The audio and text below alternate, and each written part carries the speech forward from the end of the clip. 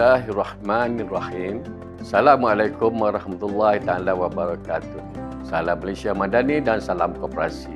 Alhamdulillah, Ramadan 2026 hadir sekali lagi dalam kehidupan kita sebagai peluang untuk kita menambah amal dan ibadah. Ibadah bukan berarti rukuk dan sujud, tetapi amanah pekerjaan juga adalah salah satu ibadah yang dituntut dalam agama.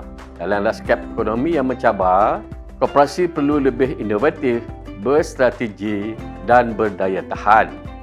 Nilai disiplin dan perancangan yang ditekankan dalam Ramadan wajar diterjemahkan dalam usaha memperkasa ekonomi anggota secara mampan.